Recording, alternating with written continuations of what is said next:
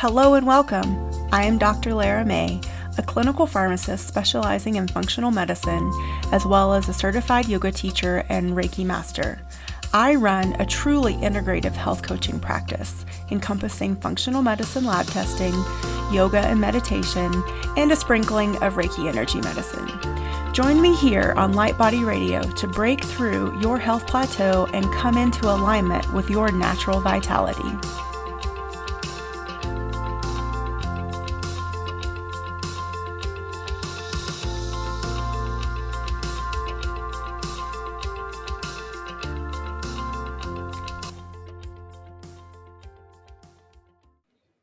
Hello and welcome to the latest episode of Light Body Radio. I am your host, Dr. Lara May, and today I have with me Michael Collins.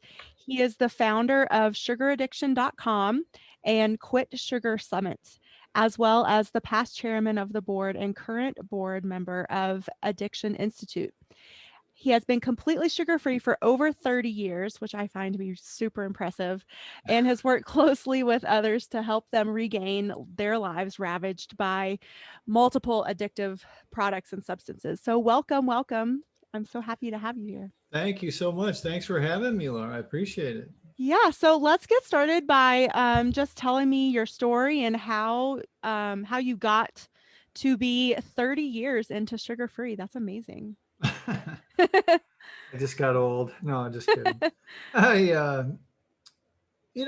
started out as a regular kid. I think it's, pretty, I grew up pretty much the way most people in the United States did at that era. My mom was a sugar junkie. She loved sugar. She actually, I know in her heart, she believes sugar was love for kids, for everyone. It's kind of a sad story in the beginning. She lost her mom at 8 years old. And when she was, they had to move in with her aunt, and her father, my grandfather, said they owned the country store across the way. They said anytime she walked in, she could have anything she wanted, just put it on her tab, And so she grew, as many of us do, as our parents treat us. They grew to know, grew to know sugar as love. And that's basically how we were raised. I mean, we could literally have unfettered access to the sugar bowl. I took that bowl from the estate with the same spoon, a pewter bowl, and we could put it was like a half an inch of sugar at the bottom of the bowl that we would scrape up with the cornflakes or the Cheerios, right? Mm-hmm.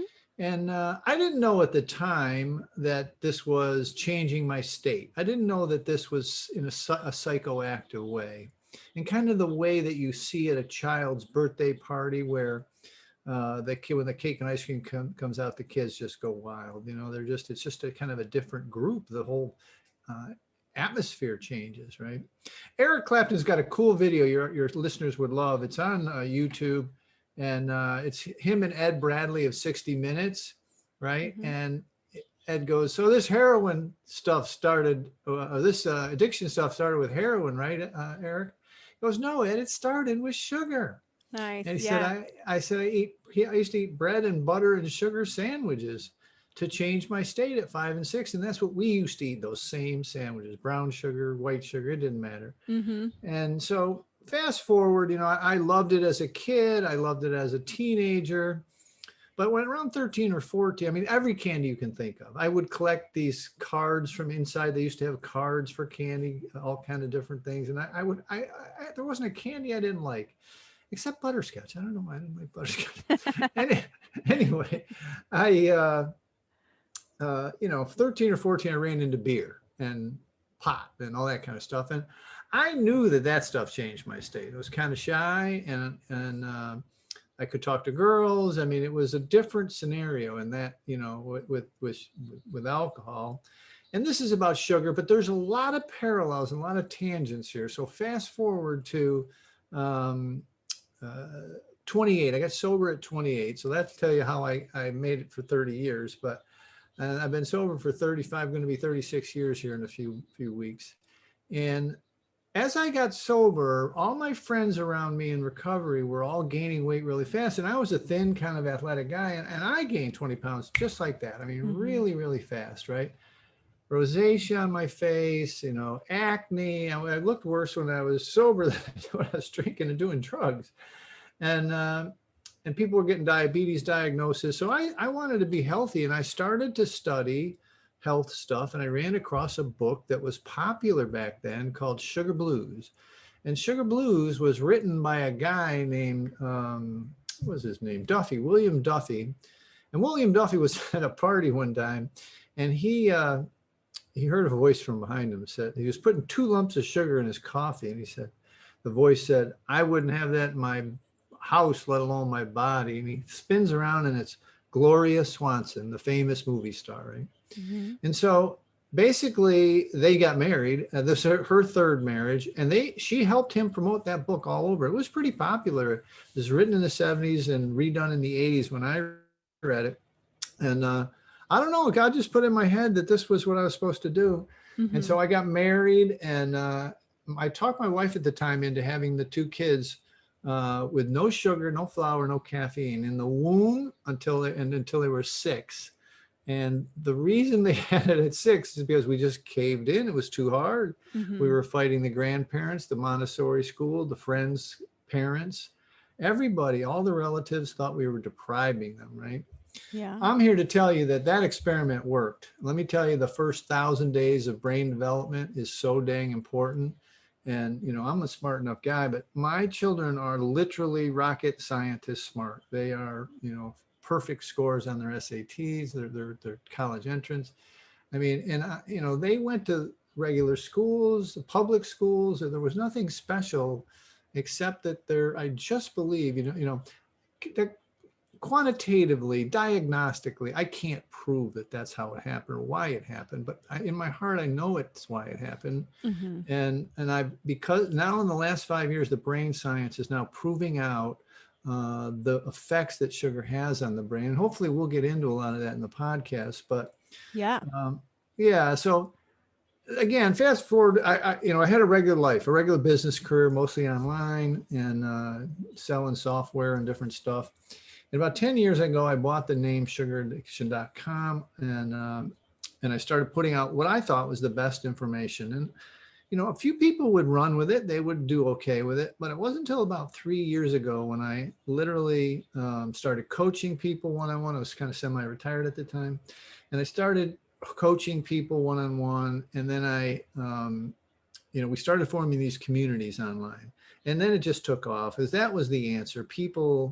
We're still kind of outliers, Laura. We're Mm-hmm. still kind of, this is not, accepted worldwide. It's like, should I say, it's not an accepted thing in a sugar-soaked world. So that Yeah. kind of brings us up to date. It's the podcast version. It usually brings up more questions than it answers, but that's the short version of how I ended up here as a sugar-free guy and kind of the sugar-free man.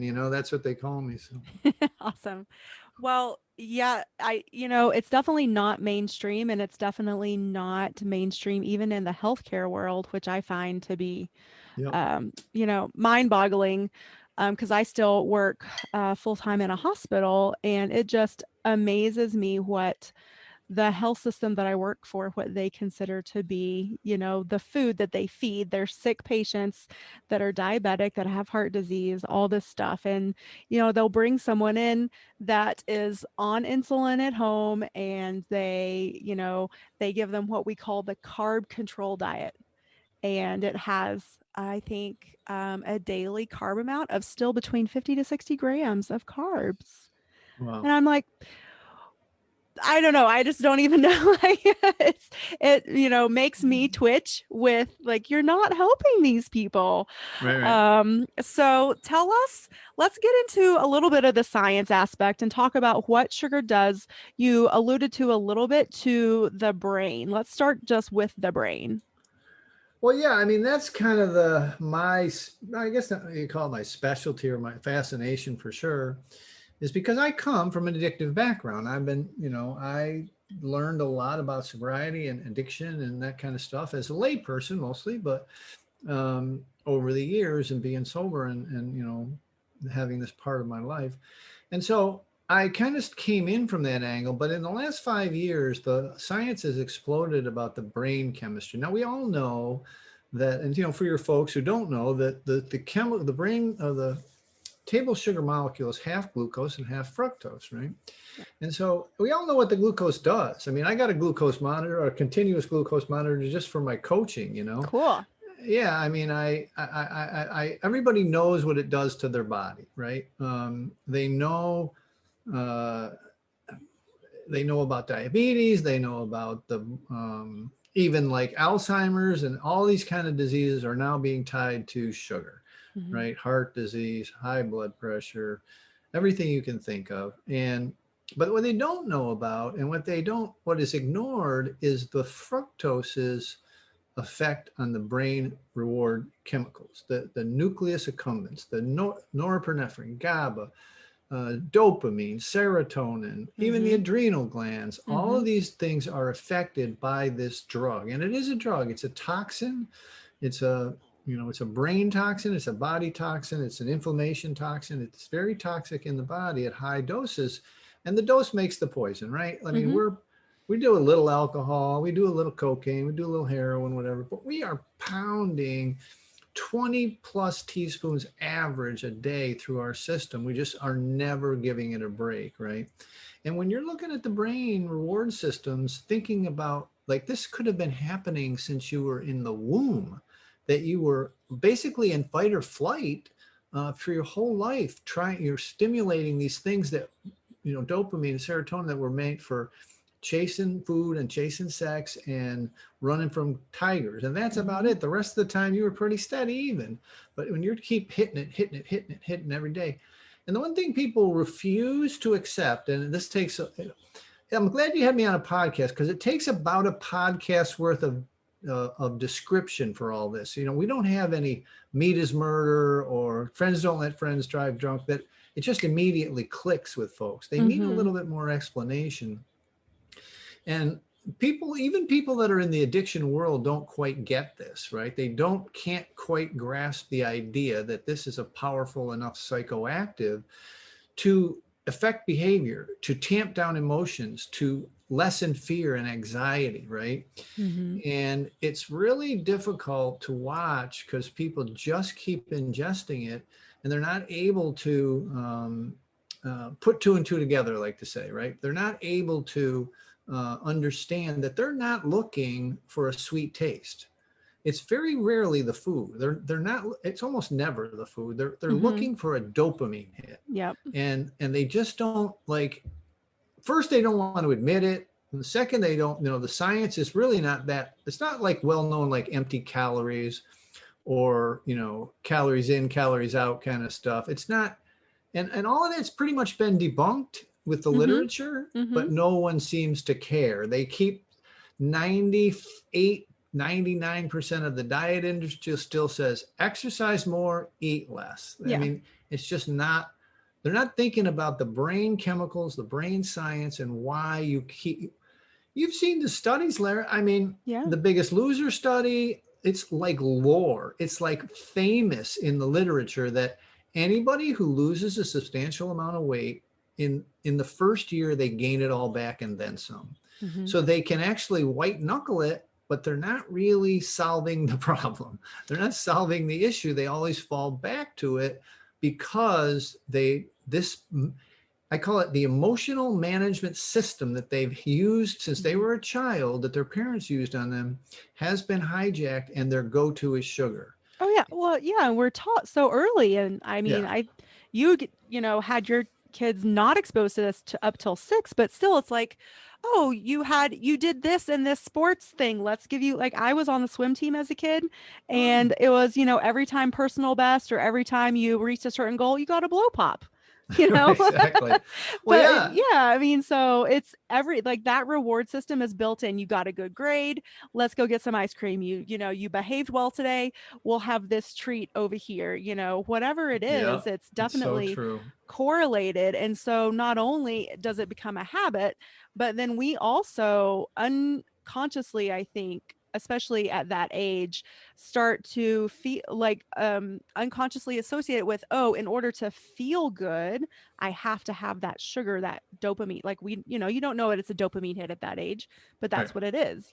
Yeah.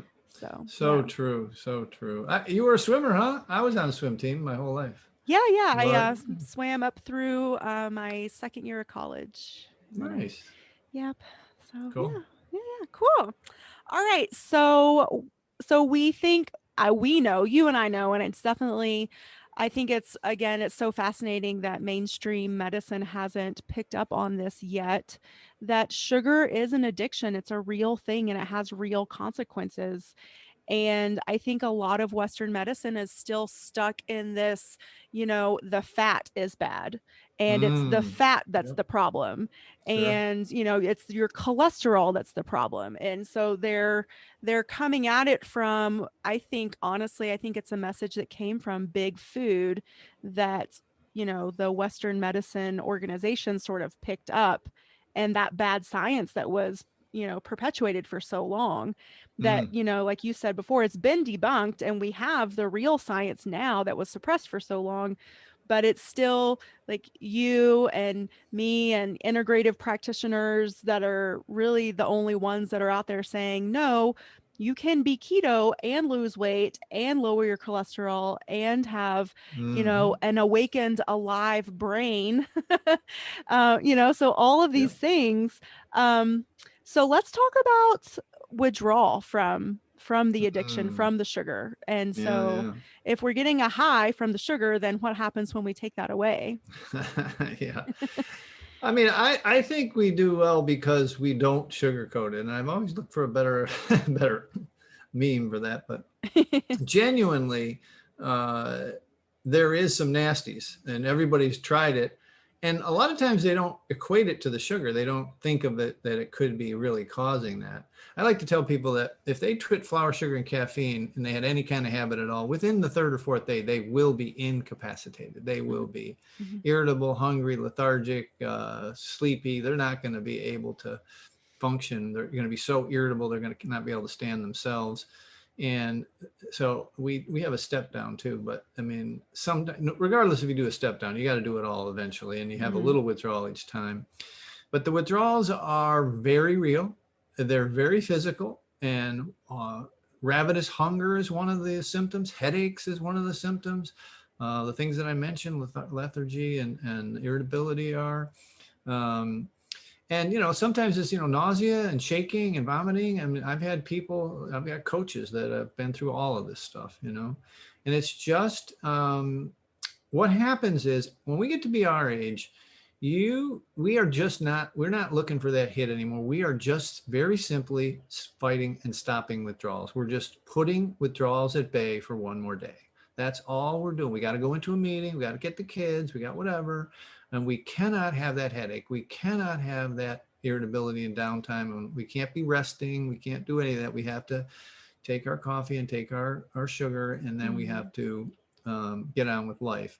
But you're just like postponing the inevitable. You're hurting your body, and it's just taking longer. And we've seen so many detoxes that now we can calculate basically, depending on your habit, depending on how much you used a day, how bad it's going to be, and what you got to go through. mhm, But I think the big mistake people make is not giving it, like we mentioned earlier, and not giving it the respect that it's due. That the malaise that you're feeling is a physical symptom of the withdrawal of the sugar, and your body trying to re-ingest it and also getting other toxins out at the same time. So it's just nasty. It's like the worst flu sometimes. Now, some people skate right through it, but not mhm. all. Very few are able to just not have any withdrawals. Some Yeah. athletes can do better. Yeah. Yes. What do you say to those people that say, well, I don't eat a lot of sweets and I don't drink soda, so I don't have a problem. But yet, if you really talk to them, they're like, they have bread every day and they Yeah. love their pasta or pizza Yeah. or whatever it is. So, Right. what do you say to those people? Yeah, no, I mean, it's 80+% of the food products in the United States, if you're eating out of a box, a bag, or a can, cellophane or whatever, you're eating sugar. There's Yeah. no doubt about it. In the food system, there is sugar. If you're not consistently eating whole foods from the outside of the groceries, meats, vegetables, seafoods, whatever, dairy, you're eating some amount of sugar. And Hmm. people are shocked at the amount they are eating when they finally do it. And I always say, I call it a scratch test, Lara. I say, look, if you went to the doctor and that you thought you had an allergy, they would scratch you and put a little patch over you and look for ragweed and grass seed and peanut butter and strawberries, whatever. They try and figure out what you're allergic to, right? Hmm. Well, the scratch test for this is very simple. Just give me 30 days. Give me 60. Give me 90. Nobody that's ever given me 90 days of 100% abstinence has ever gone back to sugar. The changes in their body and their brain are so substantial, they just don't want to risk it. Now they may fall off, they may whatever slip, but they will always come back because uh, this scratch test proves. Like if I told you, if I told you no broccoli or no steak for 30 days, you go, I like steak. And you say, okay, I'll do it. And you eat other stuff, right? Yeah. But when I tell them sugar, they're like, first of all, they get like this kind of fear that they're right out before they even try it. Right. Shouldn't that be the first sign? Yeah, that should be the first sign. And then when they try it, they're like, they can't do it. And they're like, oh, wait a minute. This person, this is kind of sad, but so true. If I just tell people just spend 5 minutes in my inbox, 5 minutes on my instant messenger, people 200 and 300 pounds overweight, losing limbs, going blind, getting diabetes diagnosis. Doctor says you're going to die in 6 months if you don't get off the sugar. And they still both fight with me and they can't seem to do it. They can't seem to just put it down. Yeah. If that's not the definition of an addiction, I'm not exactly sure what it is. Yeah, I think a lot of people go into this. I think part of the fear is they think, well, what will I eat? I've had this conversation with my dad who has recently been diagnosed with high blood pressure, and he's like, well, and he's 75 now, and so he's gotten this far in life, and Yeah. he doesn't understand why now. And so I told him, it's like, okay, let's talk about what you're eating. And so we talk about it, and I'm like, okay, well, that has sugar and that has sugar and that has sugar. And then he looks at me and he says, well, what am I supposed to eat then? I'm like, just vegetables and meat. It's Mhm. very simple. Right. Like, that's not hard. Yeah. But there's still this sense of, I think, deprivation that comes along with it. And I think that throws our human brains into that survival mode. Oh, absolutely. I mean, Yeah. being low on dopamine, being low on serotonin, and know that there's a simple way. I mean, SSRIs, I'm sure a lot of your audience will know what that is. Mm-hmm. It's serotonin reuptake inhibitors or something. Yes. It's Very good. basically Paxil and Zoloft and these kind of things that for Mm-hmm. depression and anxiety and whatever. And it's like they're toying with it. Okay, like look, I'm. You'll find that I'm not a big lover of allopathic medicine, but they're toying with the brain chemicals, and they even call it this, dialing it in. Well, Yeah. that prescription didn't work. Let's try this one. Let's take half a dose. Let's take double dose. Blah, blah, blah. So they're trying to figure it out. Well, people are doing this self-medication every day with flour, sugar, and caffeine. I can't look. I mean, how many people have you seen this happen with? They can't drink 3 cups of coffee to go on that speech. They can only drink 2 because they'll have jitters. They Mm-hmm. can only drink a half a cup when they're going to go do this. They can't, whatever. They won't Yeah. sleep if they do this. So they're like balancing their legal quote unquote chemicals all day, every day, and worry and wondering why their long-term effect of these is a mystery to them. Why they're gaining weight? Why this drug is affecting them this way. Yeah. So. Yeah. It's so powerful. And if we could just, I feel like like for you and the information is sort of commonplace and a Mm. no-brainer for us. I started my sugar-free journey 2017, so Nice. definitely Congrats. not 30 years ago.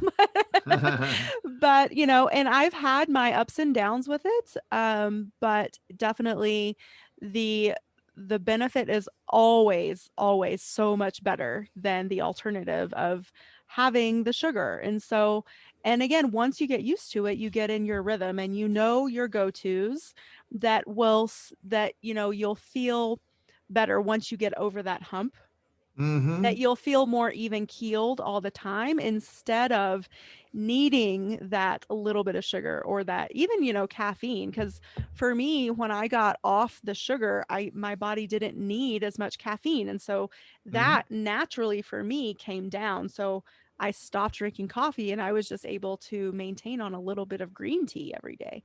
Mm-hmm. So, or maybe not even every day, depending on my sleep, which is Yeah. a whole nother subject, sleep. But Right, right. Get the Aura ring. It's great right here. So see that?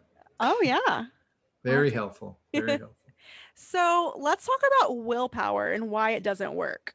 Ah, it doesn't work. It's like because it's biochemical. See, the stats out of the Food Addiction Institute, we got people that have been working late stage out, food addicts for 20, 30 years, says that basic numbers, raw numbers, about a third of people are biochemically unable to ingest these products without having cravings, very severe cravings set up to have more, just to Mm-hmm. have more. And then they eat, binge, or they just continue eating all day and they just can't stop, right? And about a third of people, what we call harmful use, and these folks are basically in our society, they're sugar soaked and they've been eating way too much for too long, and they could stop and then occasionally have a treat once a year. I don't like that it's called treats, but it is.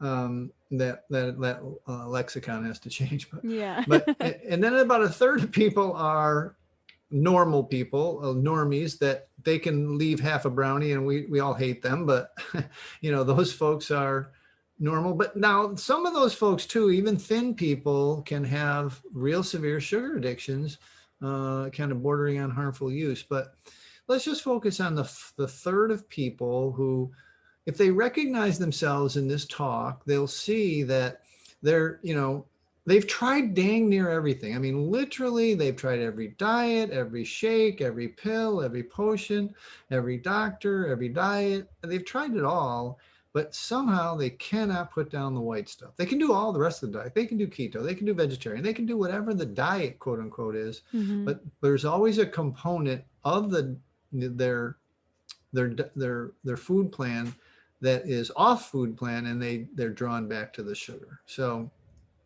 yeah, it's just you can't. I don't know. You can't. I don't even know how to. I don't even know how to I say think it anymore. I think with I I get on think my soapbox sometimes. I think the one thing that stands out about what you just said, especially with, like you said, they can do paleo, keto, whatever it is for that. I think it's a short amount of time. There's an end point. Yeah. And or even if you're doing something like Tim Ferriss's style, like 4 hour body type of eating, he Hmm. still allows that cheat day. Yeah. So there's still sort of that brain and the outs. Like I can still have my fix even if I get it on this day only. Right. Yeah. I'm not a big believer in cheat days, right? Yeah, Yeah. I hear you. I'm not either. And I think because it's just easier to maintain what you're doing if you don't have the cheat day, because your body, again, like it's a rewiring, right? Yeah. With 100%. the neurotransmitters, which is the serotonin, the dopamine, the norepi, all that stuff. Hmm. And once it gets back in a normal circadian rhythm, Hmm. then when you add in whatever your stimulant is, then it sort of throws it back out of whack, and then it has to almost not quite start from zero again, but Yeah. sort of No, I like, believe that it does yeah, start from zero, yeah. maybe So below zero. yeah, so I agree with you.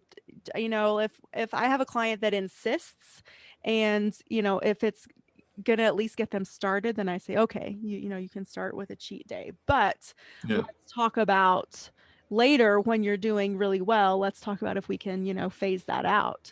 And so, and you touched on this a little bit earlier. I'd like to go back to it, the emotions. And Mm. really, like we're Hmm. not really giving our emotions space to be there. And I think that's a lot of what we're doing with all of our substances is we're numbing. Mm-hmm. or we're trying to silence them, or we're trying to, just like make them go away altogether. And we're not taught as children to allow our emotions. We're actually taught, not to show them and to suppress them. And at least, I think there's a large part of our culture that does that. Maybe not everyone, but Most of them, yeah. most of them, yeah. And so as adults, when we have these emotions, we're like, crap, what do we do with this? Oh, let's drink, smoke some pot, have some sugar, watch Netflix, go shopping, have sex, whatever it is, anything to deal with this emotion that Yep. is wanting to come up, that I'm not going to let it. So, Well, you're very advanced to talk this way because this is at the core of our work. Bottom line, that the 100% agree with everything you just said. The idea that there's a very common and well-known construct in the world of drug and alcohol rehabs and recovery, that if you started using drugs and alcohol when you're 14 or 15 years old, that's when you stop growing emotionally. You stopped handling the everyday life problems of dating, school, making a living, relationships with friends and family. You stopped dealing with those types of emotions in different degrees, but you started using substances to make yourself feel better, to numb out, like you say, to avoid them, to delay them till tomorrow. mhm. Whatever it is, that's a very common and well-known tenet of the recovery from alcohol and drugs. Now think about it. If you've ever talked to someone who's lost 200 or 300 pounds, who's ever gone through a true recovery from sugar and flour, they go through the exact same thing, okay? They have to rethink, rewire their entire emotional management system.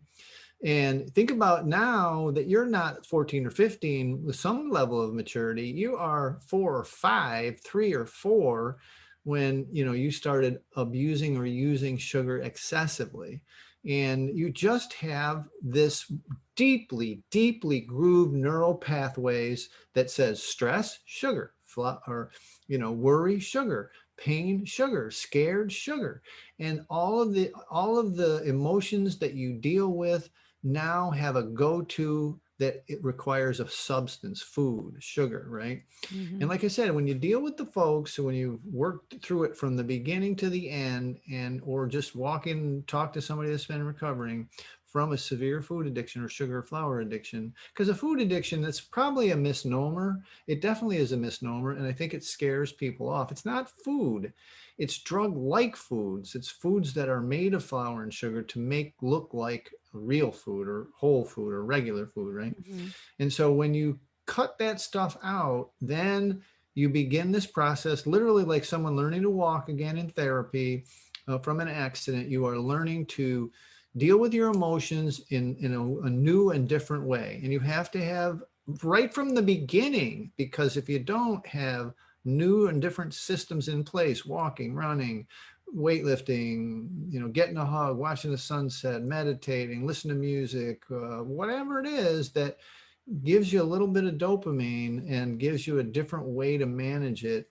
And these usually take effort, to be honest with you. There's usually a physical exertion necessary because that's how we evolved.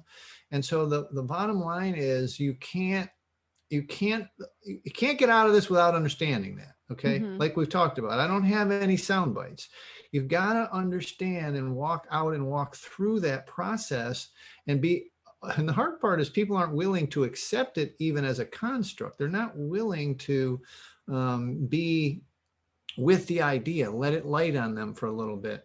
And the way to change that behavior is to let them journal it out. I'll tell you a true story. So I had a client one time, there's a guy, unusual, most of mine are women, and he had lost 100 pounds on keto. He could do that diet, there's no doubt about it. But, his vice was M&Ms, and he just couldn't he had 60 more pounds to lose.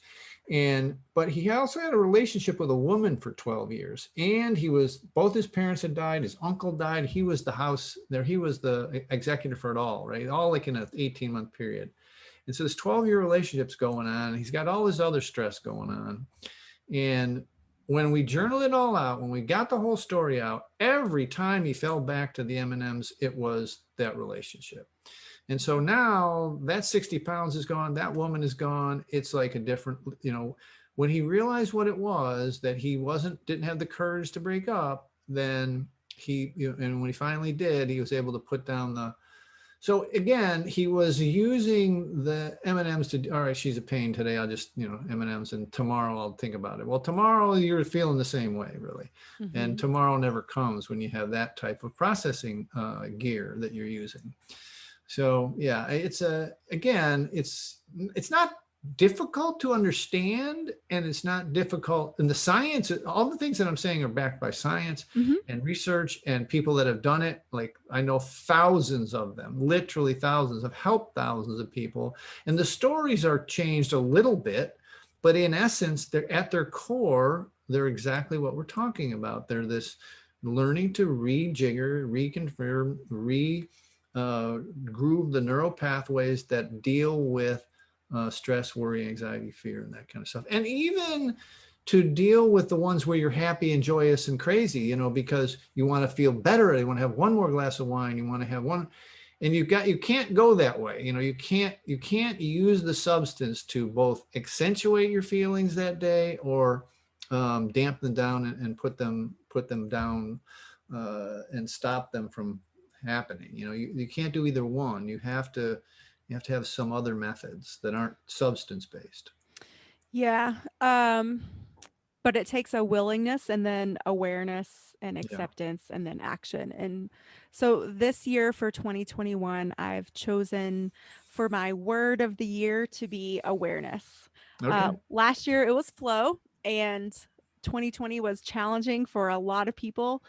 But for me personally, every time I felt a challenge come up, I'm like, okay, well, where can I add more flow to this to help keep myself going and growing and moving through and beyond the challenges. And so this year I really want to bring the theme of awareness to, so that's why one of the reasons I wanted you to have you on my show is because I feel like there needs to be more awareness about this, Sure. and just to enable and empower people to make those choices for themselves. Maybe there's, people out there that are on the fence, or maybe they know they're like, yeah, I don't have a healthy relationship with sugar and I really should do something about it before I have the diabetes or the heart disease. Or maybe I'm already teetering on metabolic disorder over here, but I am attached to this substance. I require it in order Mm, to get through my days. And right. so maybe, with that power of information, it'll help people make that choice to put it down, choose something else, go for the walk, even ask for help. And I think it is difficult to do some of these things, especially putting down any substance without help. And so I Mm, want people to know that there's people like you and people like me, any coach, maybe not any coach, but a lot of coaches and a lot of healthcare practitioners that are there to help you and support you through this journey of putting down the sugar and mm-hmm. any other substance really that you want to put down. But Yep. yeah. 100%. Absolutely. Yeah, cool. So let's see what else. I have made some notes here about, let's talk about why it's so hard to talk about being sugar free, Mm, especially, we just got through the holidays. right. And I know like these past holidays weren't as social as previous holidays, but like maybe even just being around your small group of family instead of a big party, saying, I've really stepped away from the sugar. I'm not going to partake in the cake or the dessert or, whatever it is. Why is that so difficult, do you think? Yeah, no, it's a great question. So I think that, we're in the beginning of a tectonic shift. We're a few years into the idea that this is harmful and people need to be aware of it. Like you quit drinking, they're like, yeah, right, right. You Yeah. quit smoking, good job, good job. Yeah. You quit sugar, like, are you crazy? Yeah. They're like, They're like, why? why? People are Because confused. they're very confused. Like they have to, first of all, they have to look at themselves. They're like, well, she's pretty smart. Why is she doing that? She's a doctor and everything. So like, they have to look at themselves. That's the first thing. And the second thing is a lot of them have tried it. They've tried to cut back, and they just can't seem to do it. They just can't seem to get it done. And and also, I don't know. I mean, it's hard, I think, because it just, Rodney, if you know, I'm dating myself, Rodney Dangerfield, the Mm-hmm. comedian, Yeah. his tagline is, I don't get no respect, right? Mm-hmm. And after a while, he didn't even have to say the joke. He just said, I don't get no respect. You get a laugh. Well, here is the same scenario. This product does not get any respect because over 300 years, it has been enculturated into our society from birth to death on every celebration as just part of it. And all of the maladies that are related to it, that we talked about, and metabolic syndrome and arthritis and it goes on, and mental and physical, people think of as aging. But they don't realize is that in the 17 and 1800s, 17 and yeah, like 17 and 1800s, doctors who worked in practice for 50 years could see generations that just started with heavy amounts of sugar and tea and coffee that was coming from the Caribbean. And they could see the changes in people. They could see the obesity, but now we can't see it. Now we do have pretty good glimpse from the 70s and 80s, early 80s, from high fructose corn syrup getting into the food system and watching the obesity numbers go straight up and to the right. We can see that.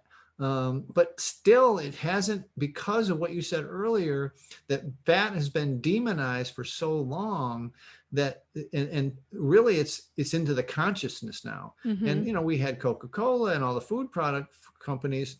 They were piling on that. They were literally paying for that research. They were, behind the scenes funding this research, and they kept having low fat, low fat, low fat. When in reality, if you read any of the literature, it really still is the sugar that's causing the problem. Mm-hmm. So that's why it's hard, because you're not, it's so socially accepted. You can give this product to a baby, to a 1-year-old, and not only will you probably get a pat on the back, you'll probably get a big smile from the parents and the baby, and no worries. But, I personally think that's criminal. I think that to do that, is to, train them in something now that science is proving is harmful. And there's now a lot of, for the first time in history, the American Pediatric Dental Association, the American Association of Pediatrics, the American Heart Association, there's one other I always forget, but all four of them, the first time any group ever agreed that children between 0 and 5 should have zero sugar sweetened beverages, not Mm-hmm. like a little, but zero.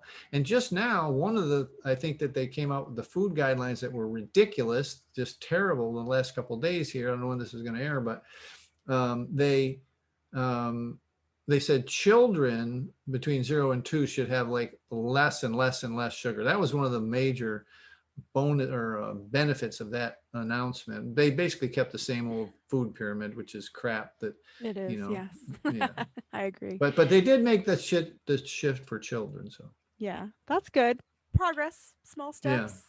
yeah, baby steps. Yeah. All right. So, do you think that there's anything that you find extremely imperative that we haven't talked about yet that you want to bring forth?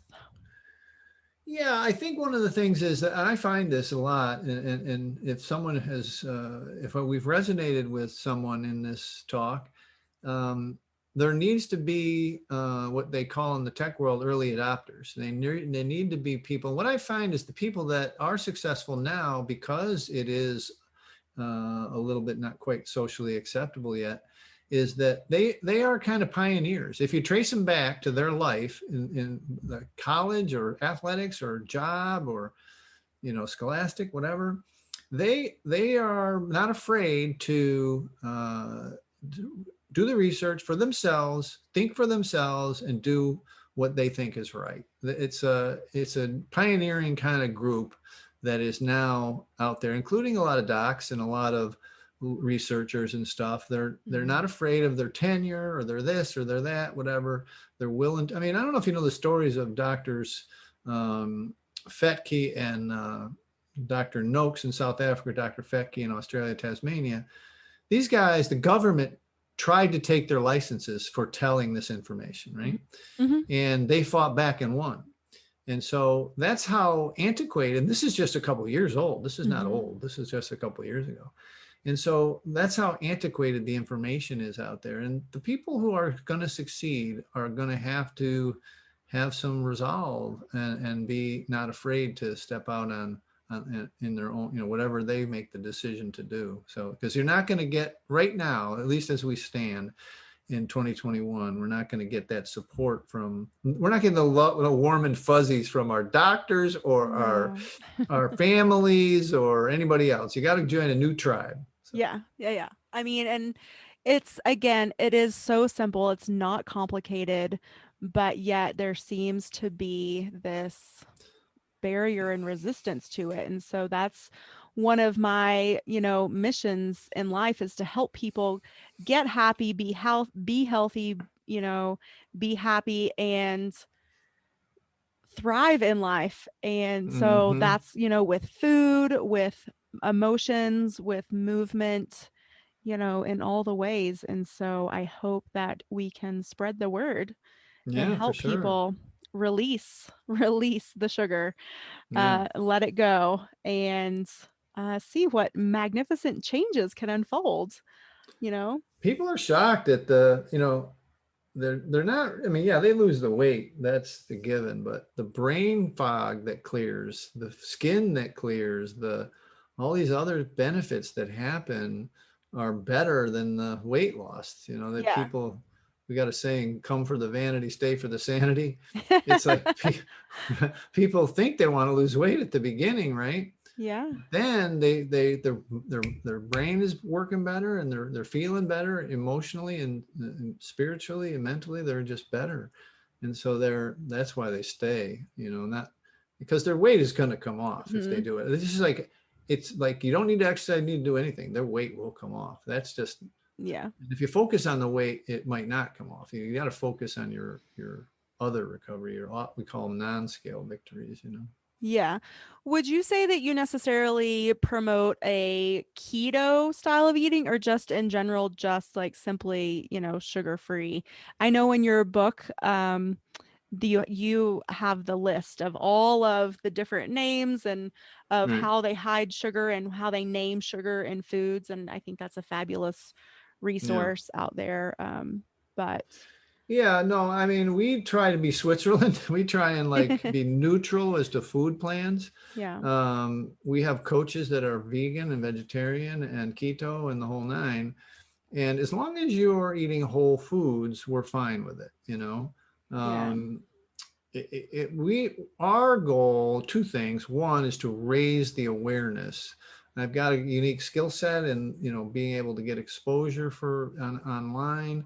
And so I'm just trying to raise the top of the funnel to get more awareness. There's plenty of folks now who can tell them about their diet or their nutrition or this, that. I need to get them, I need to, exactly everything we've discussed today, the addictive processes that are keeping them on white process. I call it powder addiction, white Hmm. processed products. It's just not known, and it's not known how to get off. It's because, and somehow they think there's an equation that has to do with calories in and calories out, and that. I mean, it's a total rework of all of the information that's out there. So that's my thing, and like I said, we're agnostic to the diet, food plans Okay. of Yeah. whatever. Yeah. Yeah, I totally agree with you. And just in case anyone out there is confused now, since I brought up keto, keto is high fat and Mm-hmm. no sugar. Right. And so having a sugar-free lifestyle would just be whatever your macros you're choosing for your fat and your protein, but without any sugar or One so. thing I like about the keto folks and their ascension, if you will, in the diet world, is that they're very sciencey. They Mhm. are very interested in everything, numbers, blood work, insulin rate, glucose rates, everything that a lot of the other groups are not quite. They're more dogmatic, or more, should I say, there's other reasons why they're doing it. And Mhm. the keto folks and the low fat folks, or the high fat folks, excuse me, they want to know the science, period, end Mhm. of story. Most of them, not all of them, but most of them. And the real ones don't go in for the keto crap, meaning the keto cookies and the keto this, Oh, that, yeah, and the other no. thing. Mm-mm. Yeah, exactly. So that I do like about them. And Yeah. so And I think their CGM, their continuous glucose monitor, will bear out that they're a little bit healthier than their compadres out there in the world. Yes, I was actually just going to ask you about that. If you don't mind saying which one you're using, do you mind saying? It's a Freestyle Libra. Okay, cool. Yeah.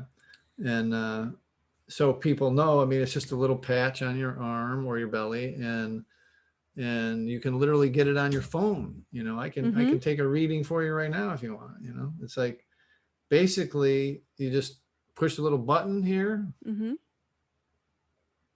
then you scan it. You might not be able to hear it, but and my sweater's kind of thick. Where the hell did it go? Come on, you. It won't perform when I'm doing this, but anyway, you just wave it over the patch, and it'll give you the reading, and it's just like one of the, I personally believe, I'm glad you brought it up, is that the entire world changes with what they call non-invasive CMGs, continuous glucose monitors. Amazon's working on them, Google's working on them.